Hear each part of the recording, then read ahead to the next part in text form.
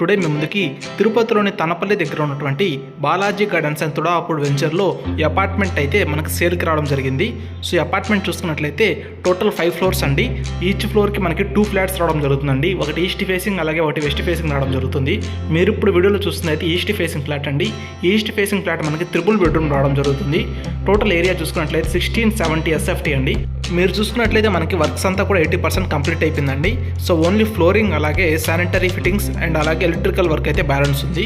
ఈ అపార్ట్మెంట్ మనకి తిరుపతి టు బెంగళూరుకి వెళ్ళే నేషనల్ హైవేకి జస్ట్ 1.5 కిలోమీటర్ డిస్టెన్స్లో రావడం జరుగుతుందండి.